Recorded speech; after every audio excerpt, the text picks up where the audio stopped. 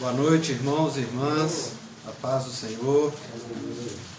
Mais uma vez, motivo de muita alegria estar aqui trazendo mais um estudo do Evangelho de forma presencial. É sempre uma alegria, sempre com muito amor que a gente traz os ensinos do Evangelho, né? Pois como o pastor Totó nos diz, é impossível vivermos sem o Evangelho. Os ensinamentos do Evangelho é que nos trazem esperança, nos trazem refrigério para continuarmos vivendo aqui nesse mundo que está cada vez mais difícil, né, meus irmãos? Semana passada eu tive a oportunidade de fazer uma pequena pausa nos ensinamentos das parábolas para trazer uma reflexão sobre o que nós estamos vendo hoje lá na Europa, na Rússia, na Ucrânia. E realmente faz parte, né, da condição humana, infelizmente. Mas hoje nós vamos voltar para os nossos estudos das parábolas. Então eu vou convidar a todos para estarmos abrindo o Evangelho de Lucas. Vamos voltar ao capítulo 14, agora a partir do versículo 25. Lucas 14, 25.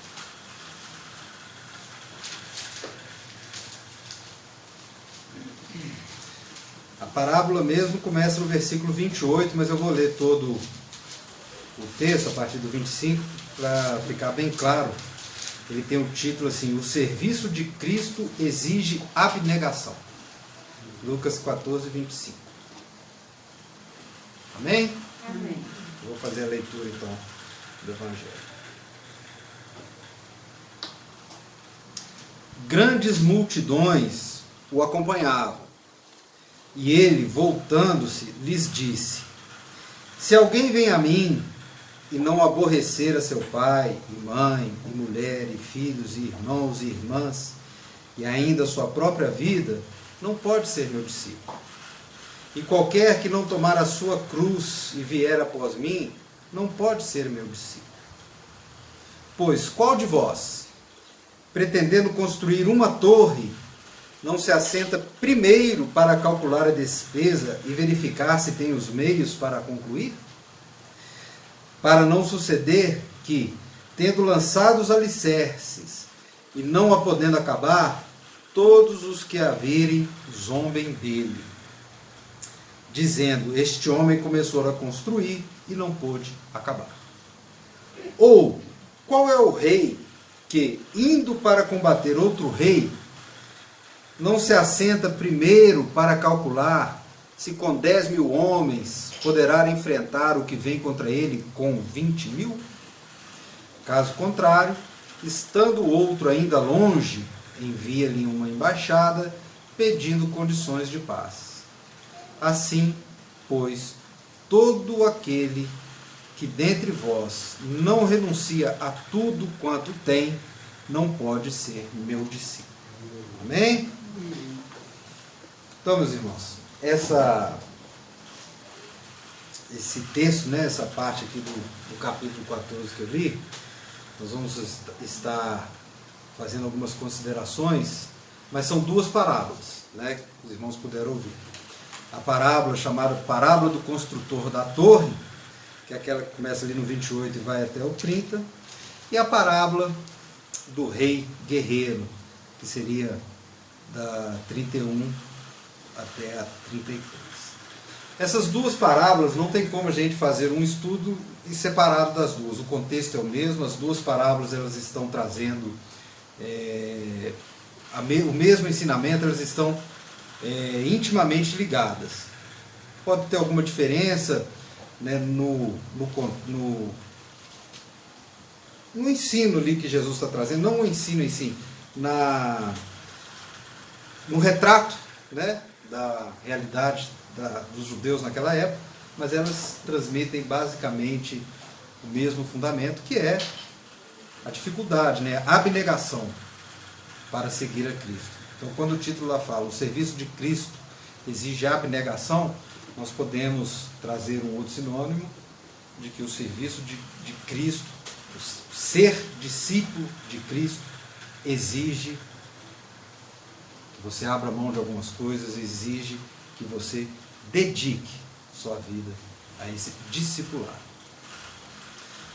Esse capítulo 14 de Lucas é um capítulo interessante, nós estamos nele, já é a terceira vez que a gente vai estar falando sobre ele, se os irmãos e as irmãs lembrarem. Nós começamos com duas parábolas, foram dias distintos, mas são aquelas parábolas, as últimas que nós falamos, as parábolas dos primeiros lugares e a parábola da grande ceia, né, onde Jesus estava ali na casa de um dos principais do fariseu e trouxe essas duas parábolas, falando principalmente ali de como, né, os judeus abriram mão ali de estar participando, né, do banquete, abriram mão de estarem no reino, por questões que estavam inerentes ali à própria natureza humana. Nós falamos assim de muita arrogância, de muita preocupação com status, né, de querer sentar nos primeiros lugares, com muita preocupação com as coisas do mundo, quando lá na grande ceia, vocês lembram que eles deram aquelas desculpas esfarrapadas para não participarem da ceia, que eu tenho uma boda, ou que eu tenho que medir um terreno, ou comprei um carro de junta de bois, ou seja, e nós mostramos que eram desculpas esfarrapadas e que muitas vezes é o que a gente vê, as pessoas usando de desculpas ou usando de apegos às coisas do mundo, ao invés de participarem da grande ceia, ao invés de se contentarem em sentar nos últimos lugares com humildade, mas procurando os primeiros lugares sempre com um sentimento humano, um sentimento de imponência, arrogância, né, de querer ser melhor. Então, findo esse jantar, agora nós vamos para a segunda parte do capítulo 14, vamos finalizar esse capítulo, que também traz mais essas duas parábolas. Então é um capítulo do Evangelho de Lucas que nós temos 4 parábolas neste capítulo. As duas que nós já falamos e essas duas de hoje. E agora Jesus vai estar continuando o ensinamento, falando, né, depois de tudo isso ele vai falar sobre como é difícil ser um discípulo de Cristo. Só que o contexto dessa parábola já é diferente. Quanto às duas anteriores, né, a primeira parte do capítulo 14, Jesus estava ali dentro de um ambiente fechado, né, na casa de um dos principais dos fariseus lá, provavelmente dando esses ensinamentos para os fariseus, para os mestres da lei. Agora não. Agora Jesus já está ali no caminho, na viagem da Galileia para Jerusalém, antes da semana ali da crucificação. Ele já estava indo para Jerusalém para ser crucificado. Ele sabia, né, que ele seria crucificado. Mas aquelas pessoas que estavam acompanhando, a maioria não. Então, quando fala aqui grandes multidões, nós temos que entender o contexto que Jesus, então, ele contou essa parábola para aquelas multidões. Só que nós sabemos que a maioria daquelas pessoas estavam seguindo Jesus ali, ele indo para Jerusalém, ainda com um sentimento terreno, ainda com um sentimento de poder. Eles tinham aquela concepção de que o Messias seria um grande estadista, que o Messias seria aquela pessoa que, dotada de poder divino, iria derrotar o Império Romano, iria retomar Jerusalém como Estado, né? um Messias guerreiro, um Messias conquistador, um Messias que estivesse trazendo a libertação física do povo de Israel, que sofria muito ali, né, com o Império Romano. A maior parte daquelas pessoas que estavam seguindo Jesus, eles tinham esse pensamento. Eles estavam indo para Jerusalém com esse sentimento. De que chegando em Jerusalém alguma coisa sobrenatural, alguma coisa que eles não saberiam explicar, iria acontecer e a cidade seria tomada, o poder estatal, o poder político seria tomado. Jesus sabia disso no seu íntimo. Ele sabia disso no seu íntimo, então aí ele se dirige a essa multidão e traz essas duas parábolas que eu acabei de ler. Jesus sabia que ele estava indo para Jerusalém para ser traído, preso, torturado, julgado e executado na cruz do Calvário. Enquanto isso, aquelas pessoas já estavam achando que ele iria lá para libertar Jerusalém do jugo romano. Então, Jesus entendeu ser oportuno ele trazer essas parábolas sobre o discipulado. Isso aqui ele vai estar falando sobre o discipulado, como é difícil ser discípulo de Jesus. E ele usou essas duas parábolas.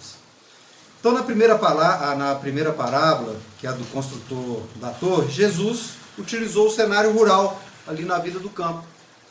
Né?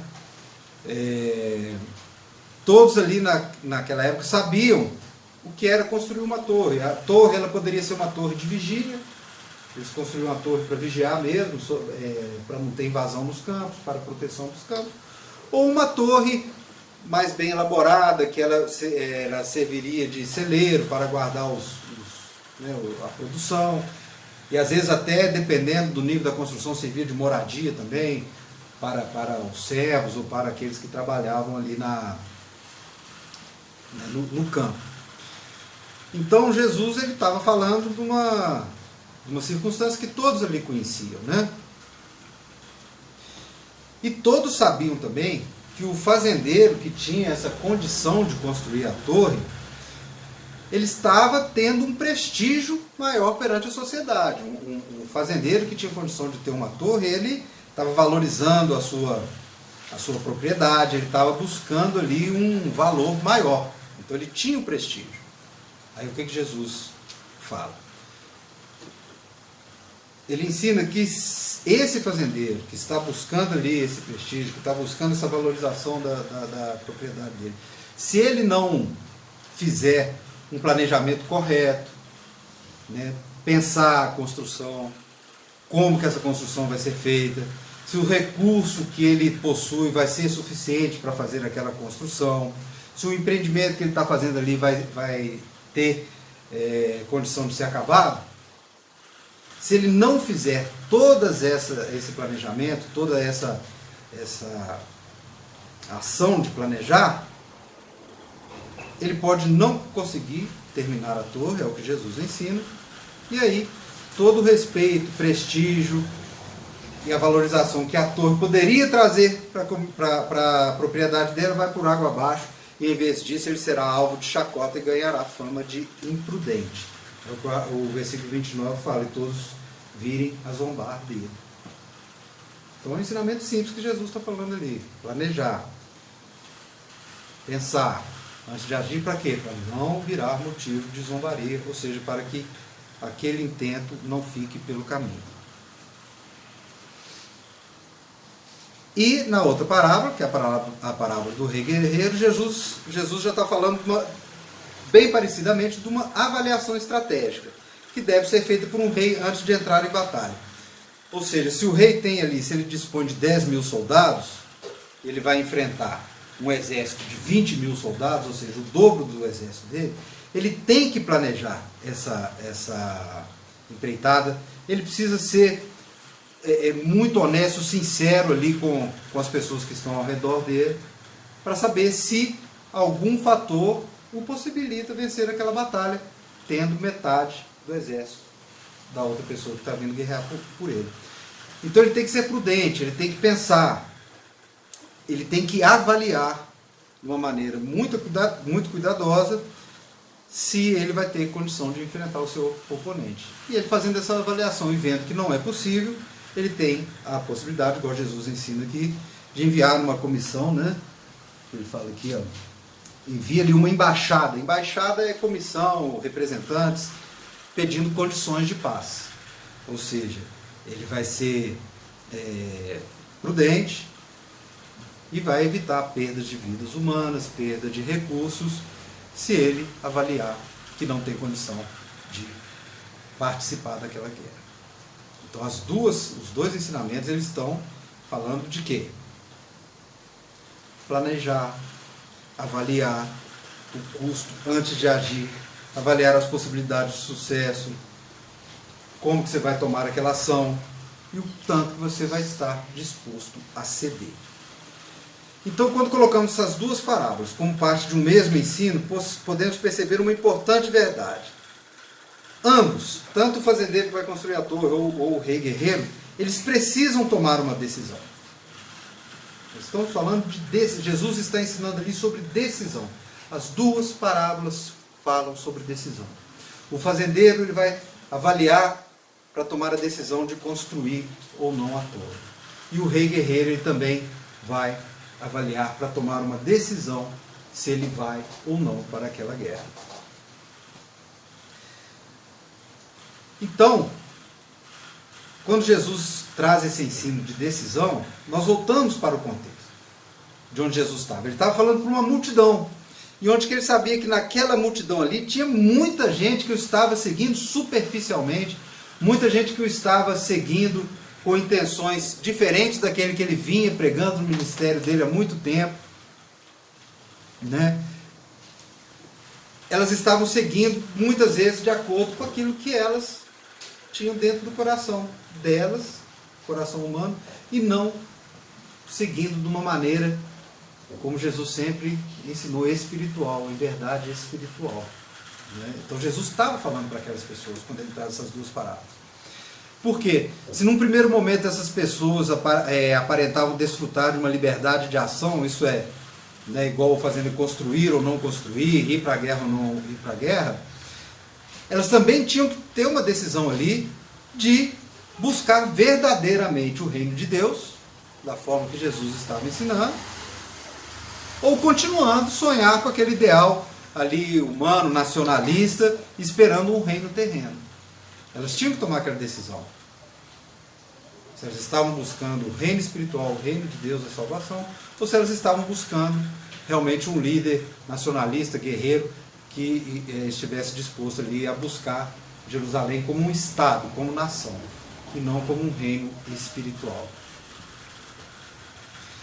Então, essas pessoas, elas precisavam serem confrontadas. Elas precisavam entender que não poderiam permanecer do jeito que elas estavam, com aqueles pensamentos que elas tinham. Elas tinham que saber o que realmente significava ser um discípulo de Jesus. É isso que Jesus estava ensinando naquele momento. Elas precisavam tomar uma decisão, elas precisavam saber o que realmente é ser um discípulo de Jesus. Tanto que Jesus repete 3 vezes nesse trecho aqui a mesma sentença. Não pode ser meu discípulo. É o que ele fala no 26, olha. Se alguém vem a mim, mas não aborrece o teu pai, a tua mãe, a mulher, filhos, irmãs e irmãs, e ainda a sua própria vida, não pode ser meu discípulo. É uma decisão. Você tem que tomar uma decisão, se você vai viver para a sua família terrena ou se você vai viver para ser discípulo de Jesus. É uma abnegação, é um ensino contundente de Jesus, a gente entende, mas no reino espiritual é isso. É uma escolha que você faz. Jesus não ensina que nós devemos amar a Deus acima de todas as coisas? Então aqui ele está falando acima de todas as coisas, é todas as coisas mesmo. Acima do pai, da mãe, do marido, do filho, do irmão, da irmã. 27, ele volta a repetir a mesma sentença. E qualquer que não tomar a sua cruz e vier após mim, não pode ser meu discípulo. Tomar a sua cruz, enfrentar tudo que você vai ter que enfrentar pelo nome dele. Independente do que seja essa cruz. E finalizando, no versículo 33, ele volta a proferir a mesma sentença. Assim, pois, todo aquele que dentre vós não renuncia a tudo quanto tem, não pode ser o meu discípulo. Então Jesus, ele está trazendo realmente que o discipulado ele exige abnegação, como o próprio texto exige, o próprio texto, o título do texto fala. Exige abnegação, a pessoa tem que entender, tem que querer, ou seja, tem que tomar uma decisão. Igual o homem da torre, igual o rei guerreiro tiveram que tomar uma decisão. Você toma a decisão correta, você constrói a torre e valoriza a sua propriedade. O rei, se ele toma a decisão correta, ele evita uma guerra, evita a perda de vidas humanas, evita a perda de recursos. Por outro lado, se o fazendeiro toma a decisão equivocada, começa a torre e não acaba, ele vai ser motivo de zombaria, de humilhação. E da mesma forma o rei, se ele toma a decisão errada e enfrenta o exército maior sem estar preparado ou não desistindo da batalha, ele vai ser derrotado, vai ser humilhado e todas as coisas inerentes a quem perde uma guerra. Então, Jesus ele tá falando sobre o custo do discipulado. Quanto custa ser um discípulo de Jesus? Mais uma vez, o Evangelho, o estudo do Evangelho, nos confronta com determinados ensinos que a gente vê por aí. Essas teoria, né, da prosperidade, não sei se é teoria que fala, como que é, teologia da prosperidade, ou qualquer outro tipo de estudo que fala que como se seguir a Jesus fosse como assinar uma apólice de seguro, né? Não, agora eu sou seguidor de Jesus, eu vou ficar rico, eu nunca mais vou ficar doente, nunca mais vou ter problema na minha vida, vai ser só paz e amor. É só eu pagar o dízimo, pagar tudo certinho, que eu não vou ter problema nenhum.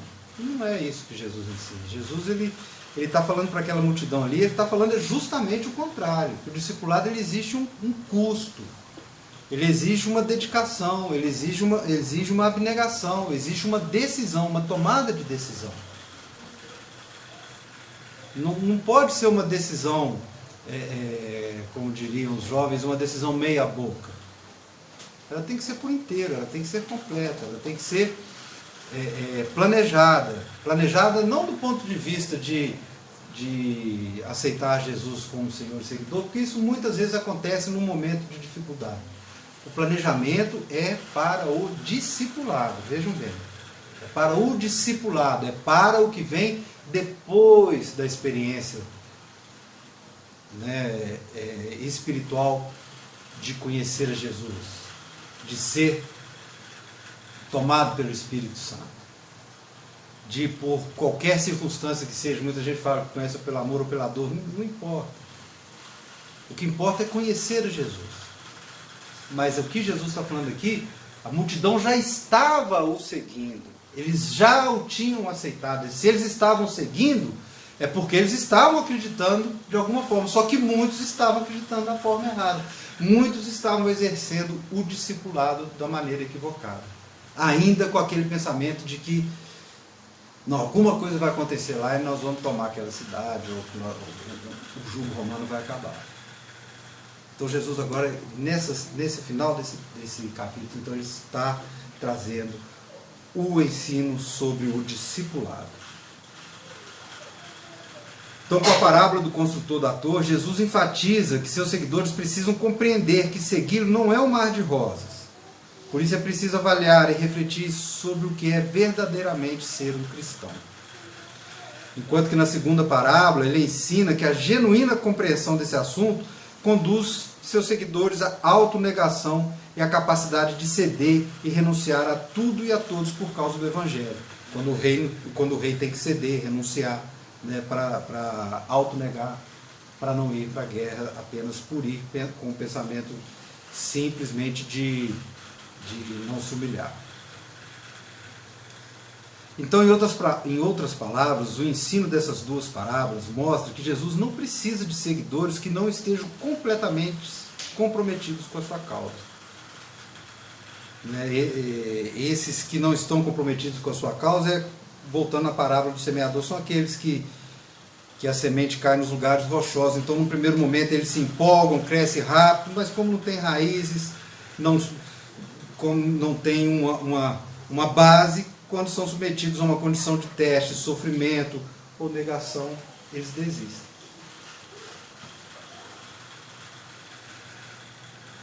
O problema é quando isso ocorre com essas pessoas, a condição delas passa a ser pior do que antes. Né? Ao tentar construir a torre e não terminá-la, se você não terminar, você vai ter sério problema, você vai ser humilhado, a sua condição vai ser pior do que antes de você tentar construir a torre. Porque antes de você construir a torre, você estava ali, com a sua propriedade, era aquilo mesmo. Você começou, mas não terminou, a sua condição vai ser pior do que antes, porque aí você vai ser alvo de críticas, alvo de humilhação, alvo de julgamentos. Da mesma forma, uma batalha. O rei, se ele recua, a condição dele permanece a mesma. Agora, se ele não recua e vai para aquela batalha, a condição dele, depois de derrotado, vai ser muito pior do que a condição anterior. Né? Isso nos faz lembrar também daquele ensinamento que Jesus fala, da casa vazia. Né? É a mesma coisa, bem parecido.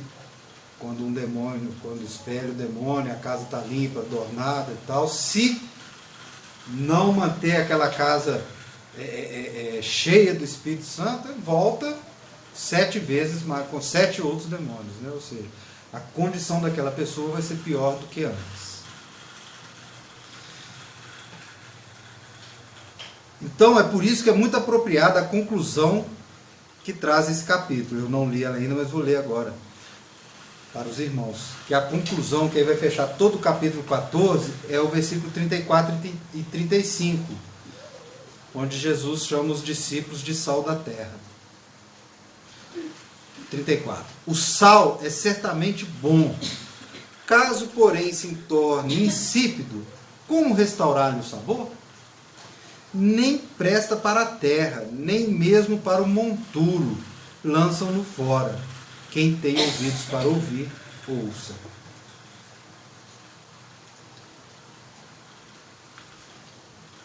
O sal insípido, ou seja, sem sabor, ele não serve para nada. O sal não serve para nada. Monturo, gente, monturo que fala que não serve nem mesmo para o monturo. Monturo é esterco ali, é um monte de coisa, o restolho ali que não serve para nada. Então, é a mesma analogia que Jesus está falando aqui. O discípulo sem gosto, o discípulo sem abnegação, o discípulo que não está realmente disposto a seguir o Evangelho, ele perde o sabor, aí ele vai se tornando inútil, ele não vai ter condição de falar do Evangelho, ele não vai ter uma palavra para levar para outras pessoas, ou seja, ele vai deixar de ser discípulo. Ele vai deixar de ser discípulo. Então, assim, né, como o sal não serve para mais nada, é a mesma coisa do vexame da construção da torre não acabada, que não vai ser apagada da mente das pessoas, assim como as vidas que foram perdidas na batalha por aquele rei, se ele tomar a decisão errada, não vai ter volta. E assim é o sal também, que perdeu seu sabor, ele não pode ser restaurado. Não tem como voltar atrás. Então, da mesma forma, vejam bem, da mesma forma que é impossível que aqueles que foram instruídos no conhecimento da verdade, aqueles que tiveram a oportunidade de conhecer a verdade é Jesus, a verdade é o Evangelho de Jesus, o reino de Deus, mas resolutamente negaram a exortação do Espírito Santo, sejam também renovados para o arrependimento. Ou seja, perderam a condição. Igual o sal, não serve para mais nada. Aqueles que foram instruídos, que tiveram essa condição, mas por decisão abandonaram, não tem mais volta. Isso é o que vai estar também nesse texto. Esse texto eu lembro muito bem dele quando nós estudamos ele, eu e o pastor Totó lá na minha casa, pastor. Hebreus 6. Hebreus 6, 4 a 6.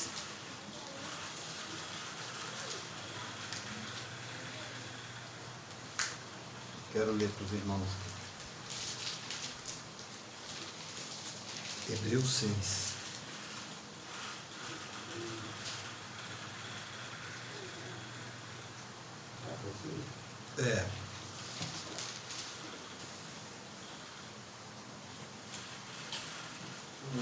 Amém? É impossível, pois, que aqueles que uma vez foram iluminados e provaram o dom celestial e se tornaram participantes do Espírito Santo e provaram a boa palavra de Deus e os poderes do mundo vindouro e caíram, sim, é impossível outra vez renová-los para arrependimento, visto que, de novo, estão crucificando para si mesmos o Filho de Deus e o expondo à ignomínia. O expondo à humilhação. O que o autor de Hebreus está nos ensinando aqui? Que foi o que eu entendi esse capítulo de que o pastor Totó trouxe esse estudo. Cristo foi crucificado uma vez, ele derramou o sangue dele por nós uma vez.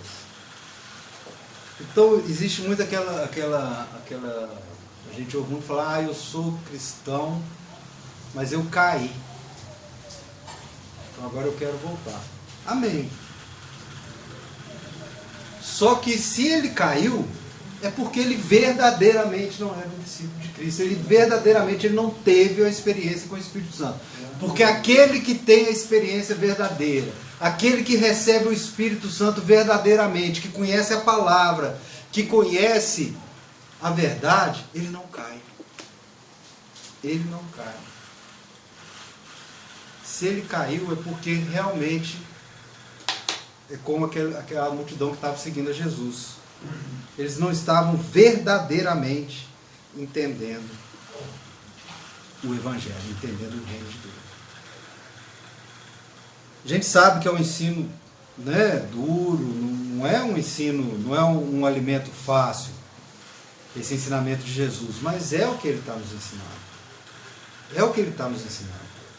Então, por isso que no início, o título do capítulo, ele fala isso, que para sermos discípulos de Jesus, exige-se a abnegação, exige a comunhão verdadeira. Obviamente, nós somos pecadores, essa é a nossa natureza humana, nós vamos pecar, nós vamos errar, isso é a nossa condição humana, vejam bem, eu não estou falando disso, porque quem tem o Espírito Santo, né, quem tem o conhecimento da verdade, ele vai errar, ele vai pecar, ele vai arrepender e ele vai pedir perdão.